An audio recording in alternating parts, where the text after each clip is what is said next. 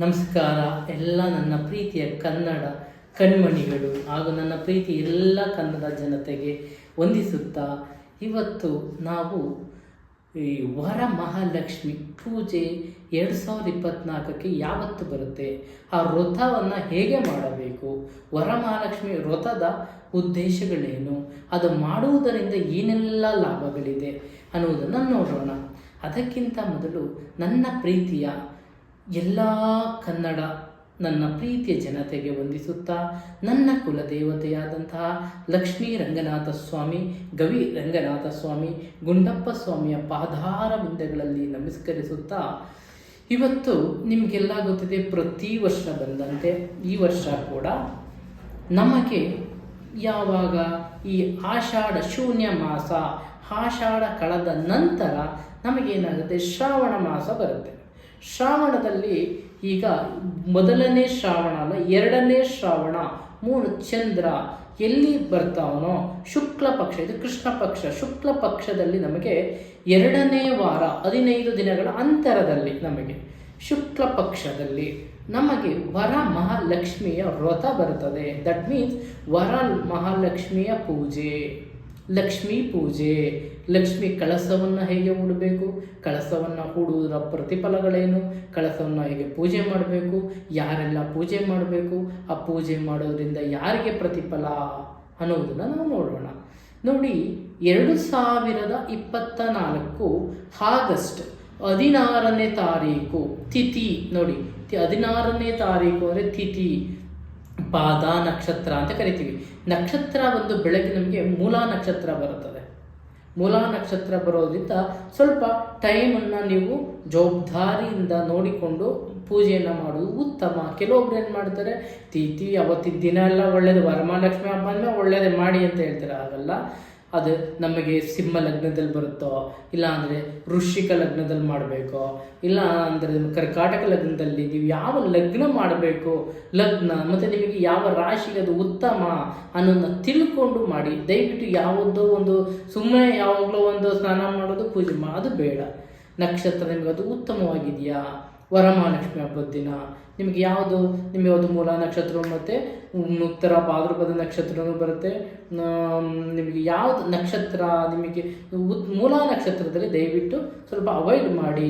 ನೀವು ಮುಗಿಸೋಗಿದ್ರೆ ಬೆಳಗ್ಗೆನೇ ಮುಗಿಸ್ಕೊಂಬಿಡಿ, ಆದಷ್ಟು ಆ ಬ್ರಾಹ್ಮಿ ಮುಹೂರ್ತದಲ್ಲಿ ಮುಗಿಸಿ. ಇಲ್ಲಾಂದರೆ ಆದಷ್ಟು ಸಾಯಂಕಾಲ ಪೂಜೆ ಮಾಡೋಕ್ಕೆ ಪ್ರಯತ್ನ ಪಡಿ. ವರಮಹಾಲಕ್ಷ್ಮಿಯನ್ನು ಪೂಜೆಯನ್ನು 2024ನೇ ಇಸ್ವಿ ಆಗಸ್ಟು ತಿಂಗಳು 8ನೇ ತಿಂಗಳು 16ನೇ ತಾರೀಕಿನ ದಿನದಂದು ಶುಕ್ರವಾರ ನಿಮಗೆ ಸಾಯಂಕಾಲ ಉತ್ತಮ ಅಂತ ಹೇಳಕ್ಕೆ ಇಷ್ಟಪಡ್ತೀನಿ. ಇಲ್ಲಾಂದರೆ ಬೆಳಗ್ಗೆ ಆದಷ್ಟು ಬೇಗ ನೀವು ಪೂಜೆ ಮಾಡಿಕೊಳ್ಳೋದು ತುಂಬ ಉತ್ತಮವಾಗಿರುತ್ತದೆ. ಆ ನಂತರ ನೀವು ಕಳಸವನ್ನು ಪೂಜೆ ಮಾಡಿದ ಮೇಲೆ ಆ ಕಳಸದ ನೀರನ್ನು ಏನು ಮಾಡಬೇಕು, ಆ ಕಳಸದ ನೀರನ್ನು ತೊಗೊಂಡೋಗಿ ಹರಿಯುವ ನೀರಿನಲ್ಲಾಗಲಿ, ತುಳಸಿಯ ಕಟ್ಟೆಗಾಗಲಿ, ಇಲ್ಲಾಂದ್ರೆ ದೇವಸ್ಥಾನದ ಯಾವುದಾದ್ರು ಮರದ ಕೆಳಗಡೆ ಆಗಲಿ ಹಾಕಿ ಸುಮ್ಮನೆ ಎಲ್ಲಿ ಬೇಕಲ್ಲಿ ಕಳಸದ ನೀರನ್ನು ಹಾಕಬೇಡಿ. ಲಕ್ಷ್ಮಿಗೆ ಶೃಂಗಾರವನ್ನು ಮಾಡಿ. ಲಕ್ಷ್ಮಿ ಬಂದು ಅಲಂಕಾರ ಪ್ರಿಯೆ, ವಿಷ್ಣುವಿನ ಪತ್ನಿ, ತುಳಸಿ ಪ್ರಿಯೆ. ಆ ಥರ ಎಲ್ಲ ಲಕ್ಷ್ಮಿಯನ್ನು ನಾವು ಕರೆಯುವುದರಿಂದ ಅವಳು ಅಲಂಕಾರ ಪ್ರಿಯಳಾಗಿರ್ತಾಳೆ. ಅವಳಿಗೆ ಸೀರೆಯನ್ನು ಉಡಿಸಿ, ಅವಳಿಗೆ ನಿಮ್ಮಲ್ಲಿ ಎಷ್ಟು ಶಕ್ತಿ ಅನುಸಾರ ನಿಮಗೆ ಇಷ್ಟೇ ಮಾಡಿ ಅಂತ ಇಲ್ಲ.